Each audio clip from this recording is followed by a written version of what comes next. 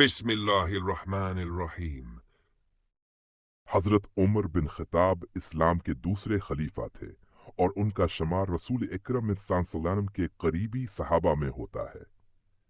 आप का लक़्ब फारूक था, जिसका मतलब है हक और बातिल में फर्क करने वाला।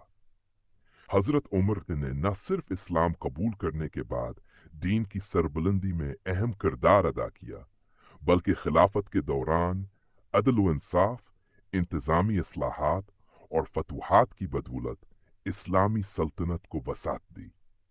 जिंदगी का इब्तदाई हिस्सा। हजरत उमर बिन खिताब कुरैश के माजिज खानदान बिनु अदी से ताल्लुक रखते थे। इस्लाम कबूल करने से पहले आप मक्का के माजिज और बासिर अफराद में शुमार होते थे। आप बहादुर, ज़हीन और फसीह लिसान थे और कुरैश के सफ़ीर के तौर पर खिदमात अंजाम देते थे।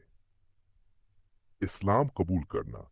हजरत आमर तगाबतदा में इस्लाम के सख्त मुखालफत और मुसलमानों को सख्त तकलीफें देते, लेकिन जब आप सेलर्स ने अपने बन हजरत फातिमा और बहनोई हजरत सीद बंजीद डानन को कुरान पढ़ते हुए सुना तो आप ठहने का नर्म हो गया। आप ने हजरत मोहम्मद सल्लल्लाहु अलैहि वसल्लम की खिदमत में हाजिर होकर इस्लाम कबूल कर लिया। हजरत आमिर के इस्लाम कबूल करने के बाद मुसलमानों को खले आम आबाद करने की हमतमली और इस्लाम को एकनी तनसीब हुई। शे खिलाफत। हजरत उमर हजरत अबू बकर सदीक सनतन के बाद खलीफा बने और 20 साल आसमाही तक खिलाफत के फराइज अंजाम दिए। उनके दौरे खिलाफत में इस्लामी सल्तनत की हदूद शाम, इराक, मस्र, ईरान और दीगर इलाकों तक फैल गए। हजरत उमर ने अदल व इंसाफ, माली नज़म व नसक और अवामी बहबूद के लिए कई इस्लाहात नाफिज किए। हजरत उमर ज़बन के अहम कारनामे इदल व इंसाफ।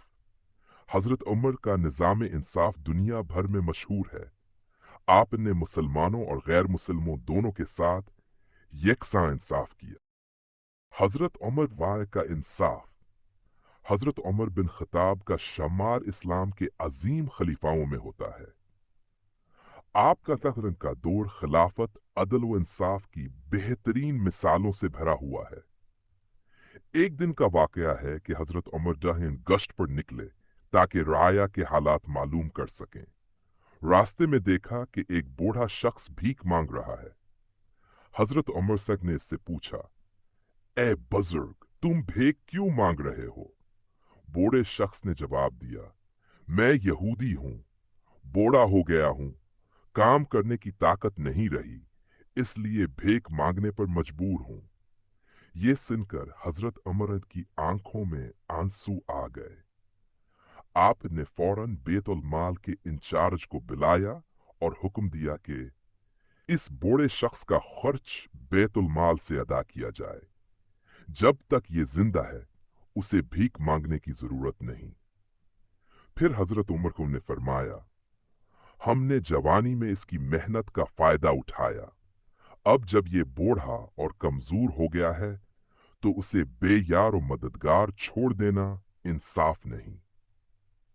ये हजरत अमर वानस का अदल व रहम दिली थी कि न सिर्फ मुसलमानों बल्कि गैर मुस्लिमों के साथ भी इंसाफ किया जाता था।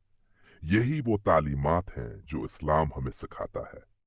हजरत उमर सानन का ये अमल सिर्फ एक वाकया तक महदूद नहीं था, बल्कि ये उनके तर्ज हुकूमत और इंसाफ का मुस्तकिल हिस्सा था। जब इस बूढ़े यहूदी का खर्च बैतुल माल से मुकर्रर कर दिया गया तो हजरत उमर ज़मज़म ने अपने मशीरों को जमा किया और फरमाया, हमें अपनी रियासत के हर शहरी की खबर रखनी चाहिए, चाहे वो मुसलमान हो या गैर मुस्लिम। उनका हक है कि जब वो कमजोर हो जाएं या मुसीबत में मुब्तला हों तो रियासत उनकी मदद करे।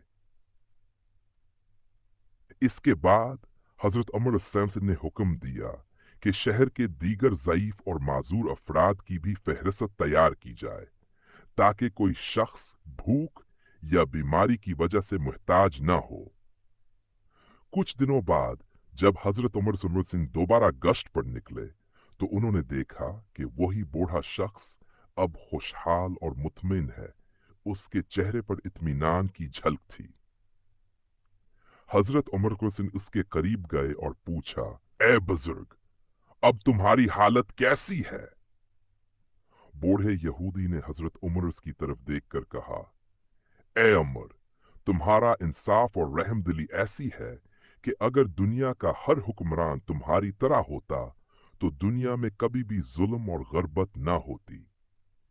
ये सुनकर हजरत उमर सिंह ने अल्लाह का शुक्र अदा किया और फरमाया, ये सब कुछ अल्लाह के हुक्म और रसूल करीम सल्लल्लाहु अलैहि वसल्लम की तालीमात का नतीजा है। हमारा फर्ज है कि हम इंसाफ करें और अल्लाह के बंदों की खिदमत करें। ये वाकया न सिर्फ हजरत उमर जैशन की अजमत को जाहिर करता है, बल्कि इस्लाम के उस सुनहरी असूल को भी पेश करता है जो इंसानियत, अदल और रहम दिली पर मबनी है।